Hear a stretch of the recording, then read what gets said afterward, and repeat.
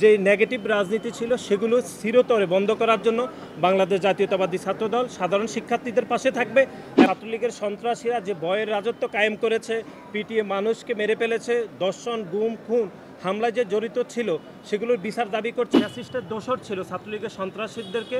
আইনের মাধ্যমে গ্রেপ্তার করার দাবি জানাচ্ছি এবং একই সাথে সাথে আইনের মাধ্যমে তাদের সর্বোচ্চ শাস্তি প্রদানের জন্য আমরা মাননীয় আদালতের প্রতি আমরা বিনীত অনুরোধ রাখি। যেন সামান্যতম তাদের যে রাজনৈতিক অধিকার, তাদের যে গণতান্ত্রিক অধিকার, তাদের যে একজন সাধারণ শিক্ষার্থী হিসেবে অধিকার, সেই অধিকার ভোগ করতে যেন না পারে সেজন্য এই হামলা চালানো হয়েছিল। সম্মানিত নেতৃবৃন্দ, উপস্থিত সাংবাদিকবৃন্দ, আমরা আজ ছাত্রদল কেন্দ্রীয় সংসদের পক্ষ থেকে এবং ঢাকা বিশ্ববিদ্যালয় ছাত্রদলের পক্ষ থেকে বিগত সময়ে ঢাকা বিশ্ববিদ্যালয় ছাত্রদলের সংগ্রামী সভাপতি খুরশেদ আলম সোহেল, ঢাকা বিশ্ববিদ্যালয় ছাত্রদলের সংগ্রামী সভাপতি খুরশেদ আলম সোহেল এবং সাধারণ সম্পাদক আরিফুল ইসলাম আরিফের নেতৃত্বে যে বিগত 2022 সালের 27শে সেপ্টেম্বর ঢাকা বিশ্ববিদ্যালয়ের সম্মানিত ভিসি স্যারের সম্মান যে সময় দিয়েছিল সেই সময় অনুযায়ী তাদের নবগঠিত কমিটি সৌজন্য সাক্ষাৎ উপলক্ষে যখন ঢাকা বিশ্ববিদ্যালয়ের নীলক্ষেত হয়ে স্যার এফ রহমান হল হয়ে যাত্রা করছিল, ঠিক তখনই ছাত্রলীগের কেন্দ্রীয় সংসদের নেতৃবৃন্দ, ছাত্রলীগের ঢাকা বিশ্ববিদ্যালয় শাখার নেতৃবৃন্দ, ছাত্রলীগের বিভিন্ন হল শাখার নেতৃবৃন্দ সুপরিকল্পিতভাবে এবং একদিন আগে ঘোষণা দিয়ে তারা এই খুরশেদ সোহেলের নেতৃত্বে যে সকল ঢাকা বিশ্ববিদ্যালয় ছাত্রদল নেতৃবৃন্দ যাত্রা শুরু করেছিল তাদেরকে স্যার এফ রহমান হলের সম্মুখে উপর্যুপরি হত্যার উদ্দেশ্যে দেশীয় অস্ত্র নিয়ে সশস্ত্র হামলা করেছিল। সেই হামলার ফুটেজ প্রতিটি টেলিভিশন চ্যানেলে রয়েছে এবং সকল প্রিন্ট এবং ইলেকট্রনিক মিডিয়ায় পরের দিন সেটি সর্বোচ্চ গুরুত্ব সহকারে ছাপা হয় এবং সব ধরনের ডকুমেন্টস আমাদের কাছে রয়েছে। অর্থাৎ ঢাকা ছাত্রলীগের কেন্দ্রীয় সংসদের নেতৃবৃন্দ এবং ঢাকা বিশ্ববিদ্যালয়ের ছাত্রলীগের নেতৃবৃন্দ এবং ঢাকা বিশ্ববিদ্যালয়ের 13টি হল শাখার ছাত্রলীগের নেতৃবৃন্দ সকলে সশরীরে উপস্থিত থেকে এই সোহেল আরিফের উপর হামলার নির্দেশনা দেয় এবং সেখানে প্রায় 3 শতাধিক ছাত্রলীগের নেতৃবৃন্দ সশস্ত্র হামলার নেতৃত্ব দেয় আর বাকিরা পাশে থেকে নির্দেশ দেয় এবং বিষয়টি মনিটরিং করে এবং ক্যাম্পাসের সংলগ্ন এলাকায় যে সকল ছাত্রদলের নেতৃবৃন্দ ছিল সকলের উপর হামলা করে। সেই প্রেক্ষাপটে আমরা আজ সুবিচার পাওয়ার আশায় আদালতে এসেছি। আমাদের ছাত্রলীগের সে সকল নেতৃবৃন্দের মামলা হয়েছে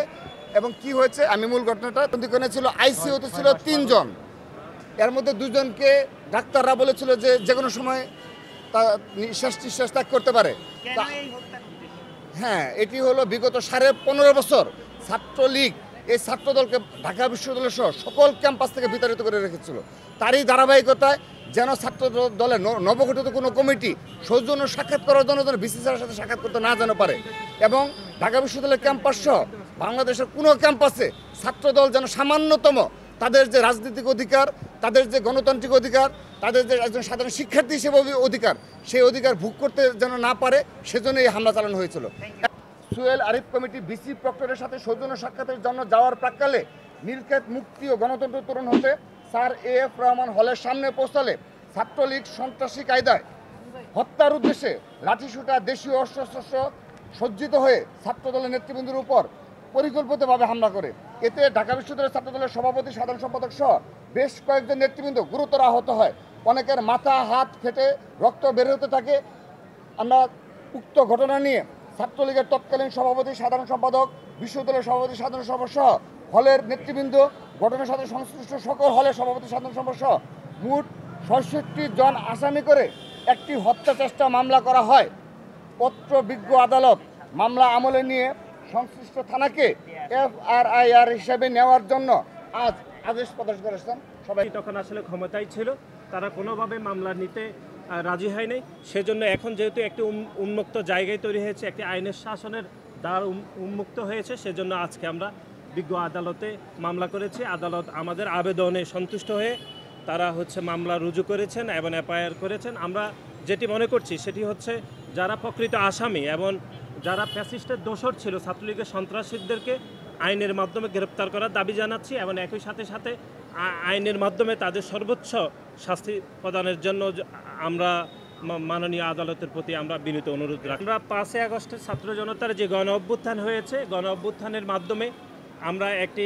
যেই পরিস্থিতি বিরাজমান হচ্ছে, সেখানে বাংলাদেশ জাতীয়তাবাদী ছাত্রদল অতীতে সাধারণ শিক্ষার্থীদেরকে সাথে নিয়ে যে রকম পরিবেশ তৈরি করতে সক্ষম হয়েছে, সেরকম পরিবেশ আমরা রাখতে চাই। একই সাথে সাথে সাধারণ শিক্ষার্থীদেরকে আমরা এই বলে আশ্বস্ত করতে চাই, বাংলাদেশ জাতীয়তাবাদী ছাত্রদলের 5 দশকের যে পথচলা, এদেশের গণতান্ত্রিক ব্যবস্থাকে উন্নত করার জন্য, স্বাধীনতা সংগ্রাম রক্ষা করার জন্য, একই সাথে সাথে সাধারণ শিক্ষার্থীদের অধিকারের জন্য বাংলাদেশ জাতীয়তাবাদী ছাত্রদলের পথচলাকে আমরা দীর্ঘায়িত করতে চাই। এবং গত 1.5 যুগেরও বেশি সময় ধরে প্রত্যেকটি শিক্ষাঙ্গনে, বিশেষ করে হলগুলোতে ছাত্রলীগের সন্ত্রাসীরা যে ভয়ের রাজত্ব কায়েম করেছে, পিটিয়ে মানুষকে মেরে ফেলেছে, দর্শন, গুম, খুন, হামলায় যে জড়িত ছিল, সেগুলোর বিচার দাবি করছে। এবং আগামীতে সাধারণ শিক্ষার্থী বান্ধব যে ক্যাম্পাস বিনির্মাণে বাংলাদেশ জাতীয়তাবাদী ছাত্রদল কাজ করছে, এবং প্রত্যেকটি হল এবং ক্যাম্পাসগুলোতে যে গেস্ট রুম কালচার, গেস্ট রুমের নামে যে নির্যাতন, জোর করে মিছিলে নেওয়া আসা, যাবতীয়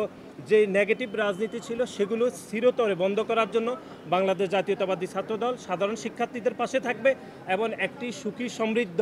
এবং আগামীর বাংলাদেশ বিনির্মাণে বাংলাদেশ জাতীয়তাবাদী ছাত্রদল সাধারণ শিক্ষার্থীদেরকে পাশে চাই।